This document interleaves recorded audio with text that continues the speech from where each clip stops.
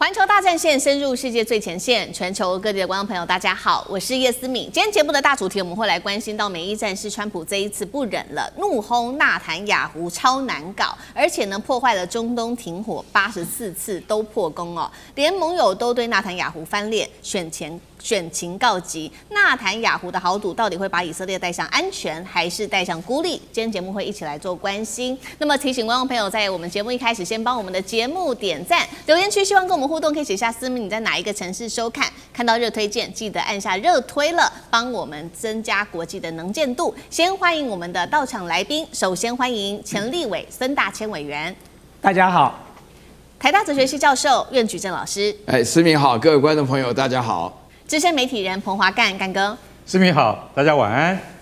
好，观众朋友，今天3个火线话题，等一下请来宾来特别帮我们做解答，等一下再来看。好，我们先来关心到的是这个美国总统川普14日迎来他的80岁的生日了，在这一天，他特别接受了《纽约时报》的专访，大谈美伊的议题。不过呢，非常罕见的事情是，川普这个时候呢，先夸习近平，还夸了普丁。他说，习近平是十足的绅士。并且他也说呢，感谢习近平和普丁在这一次有关于美伊战事当中，美军对于伊朗的海上封锁期间是没有插手去干涉的。一方面赞美这2位领袖，另外一方面则是痛批纳坦雅胡。他说啊，纳坦雅胡真的是极其难搞，差点要破坏了美伊的和平协议。除了在他生日这天接受专访大骂纳坦雅胡之外，他在出席 G7 的会议的时候，直接也在公开场合上面来批评纳坦雅胡。我们来看到他说了什么。他说呢，他非常的不满意以军近期针对于黎巴嫩首都贝鲁特的这一场轰炸攻击。他认为说，纳坦雅胡在黎巴嫩的问题上面应该要更负责任一点啊。而他也语出惊人的说了，真主党的问题接下来不该由你以色列来解决，问题应该要交给叙利亚来特别做对付。这句话是什么意思呢？其实 CNN 针对了川普的这一席话做了一些的分析，有关于黎巴嫩的问题，是不是川普想要这么做？ CNN 说，不论是川普希望黎巴嫩南部部署叙利亚的军队，还是由叙利亚军队直接强行切断武装补给线，这2种方法都已经引发了关注，尤其黎巴嫩的内部其实是很紧张的。为什么黎巴嫩会紧张呢？其实我们稍微回顾一下当年的历史，1976年的时候，黎巴嫩内战爆发，叙利亚当时的军队是以维和的名义正式的进入到黎巴嫩的内部。但是呢，在这场战争结束之后，叙利亚的军队还是没有撤离，被视为是长期的一个军事占领。再来就是在这个期间，爆发了数千起的失踪跟死亡案件，让黎巴嫩到现在仍然是无法抹灭当时的集体创伤。所以有关于接下来叙利亚或者是以色列如何控制黎巴嫩的问题，成为当地民众也非常关心的议题。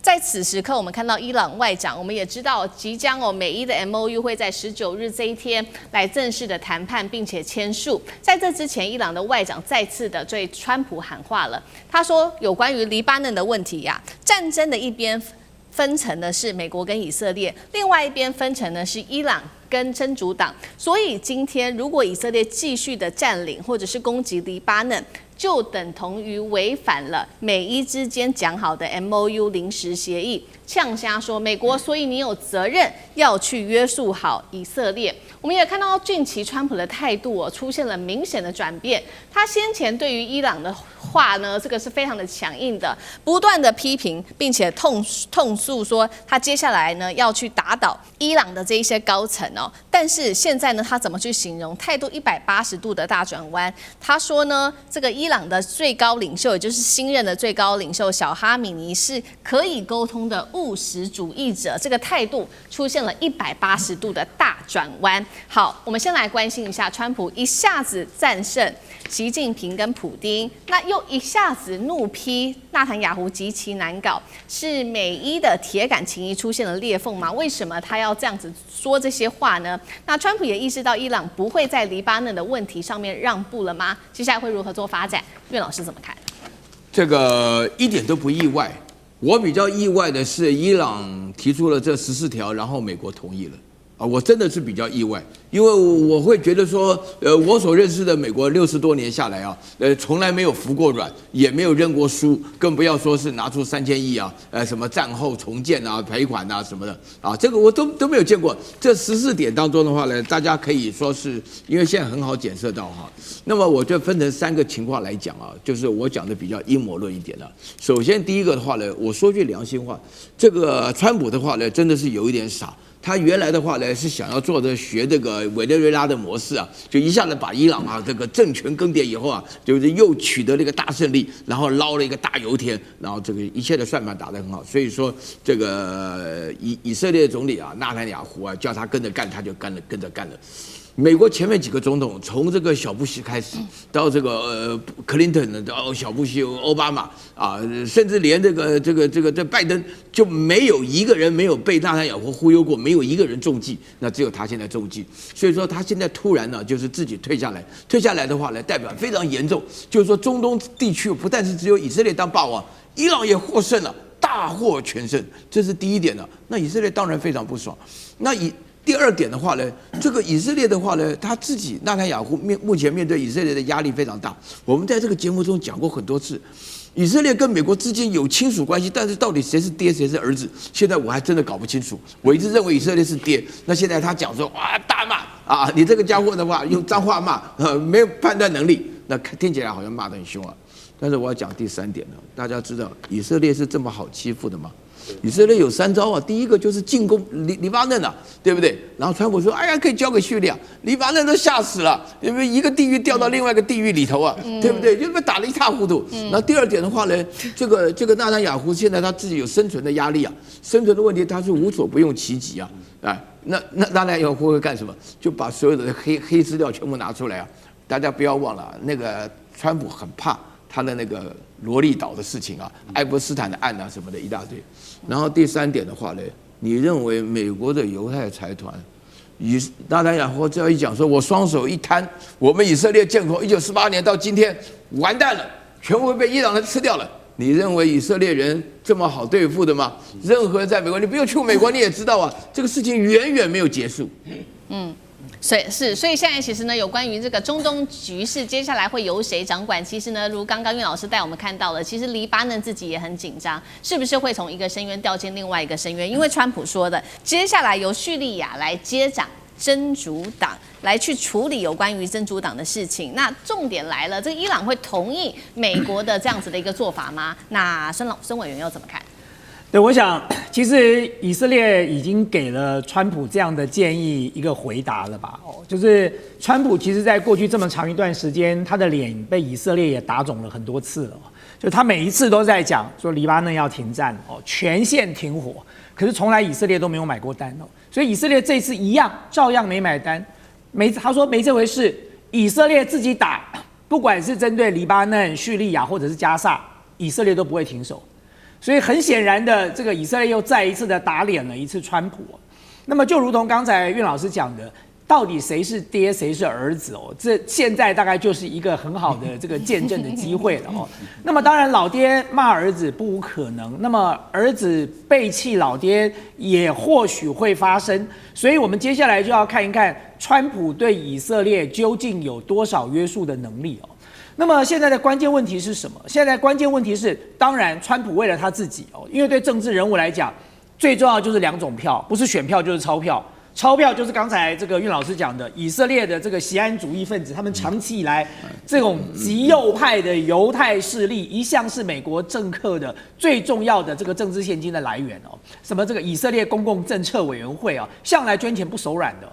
那么，所以美国大部分的政治人物，我要讲不只是共和党、民主党是一样的，通通都被这些极右翼的这个犹太的团体给绑住了。但是关键问题来了，钞票很重要，可是如果没有选票的时候，有再多钞票，你的位置也保不住所以现在很显然的，对川普、对很多美国的政治人物来讲，他们已经强烈的感受到美国国内对于伊朗这场战争的不正义、这个不正当，他们的这种反弹的情绪更不要讲到说美国的国内的民众对于以色列在过去这段时间为所欲为啊，这个任意的进行种族这个灭绝这样的做法是没有办法接受的。所以其实我觉得现在是到了一个临界点了啊。那当然，川普率先在这个临界点上直接表态了哦。但是关键问题就来了，就是川普这样的表态，以色列不买单。那么整个的这个中东的情势要怎么走呢？不外乎只有2种可能了。第一种可能就是川普就当着没看到、没听到，双手一甩，再也不管了。你以色列要怎么打是你以色列的事，反正我就一直骂你，就说你背弃了这个我的这个劝告哦，你这个死性不改，这是一种。那就让以色列跟这个伊朗分个你死我活了哦，因为以色列这样持续的打下去，伊朗不会袖手旁观的，伊朗一定会出手再打的。第二种可能就是美国要不要介入了？美国介入是要帮以色列，还是要帮伊朗去拉住以色列？这到底是哪一条路？其实这对美国来说都是一个很难选择的这个抉择哦。所以其实中东的这盘棋到现在为止，表面上看起来是画下了一个这个逗点哦。但是你说这个故事会不会这个戏会不会继续唱下去呢？这个戏当然会继续唱下去啊。从原本的一个叫做不算停战的停战。到现在一个没有共识的共识哦，那继续不断的在撑这个歹戏拖棚。那么接下来就要看这盘棋里头的3个演员要持续怎么演下去了。好，这个戏会不会继续下去？现在看起来是会继续下去的。原因是呢，纳坦雅胡他已经最新表示了态度强硬的。17号这一天受访，在耶路撒冷这边举行记者会的时候，他说呢，战斗尚未结束。好，他已经给出了答案。他说呢，以色列将会持续的来进攻，攻击黎巴嫩、加萨跟叙利亚，采取军事行动，不受到任何协议的约束。这句话更重了，他直接说呢，为了以色列的安全利益着想，我知道如何对白宫保持坚定的立场。好，意思就是说，接下来美国不管说什么，他都会保持他认为是对的一个立场。那确实，我们看到在16号这一天，以色列又再度的对黎巴嫩发动了空袭行动，造成4人死亡哦。伊朗再次的扬言说，再打下去的话，他会做报复，并且他也说了，自美伊达成了停火到现在，以色列方面单方面就违反了协议高达84次，真的是拦不住以色列吗？干哥怎么看？所以你看尼坦雅胡他讲这些话，就代表什么？代表川普你晚上不要睡觉，你会背脊发凉，你知道吗？你叫我不要打是吧？我就是要打给你看。而且从和平协议要签署前到现在84次违反协议，好了，就算前面没有违反好了啦。可是刚签好你就又打了，而且4个人死掉。我跟你讲，尼坦雅胡现在已经变成什么？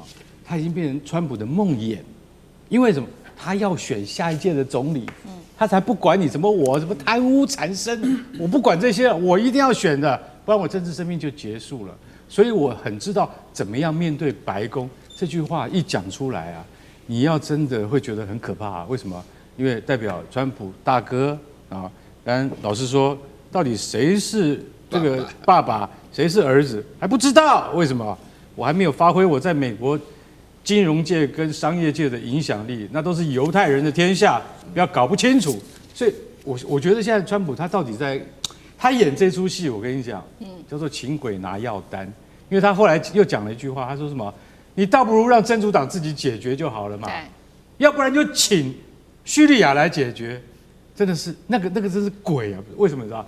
大家可能不太晓得，就我们大家刚刚思敏有讲了一下说，其实是30多年来叙利亚军队常驻在黎南，但是呢，他就是来了就不走了。为什么？以为他是维和啊？为什么啊？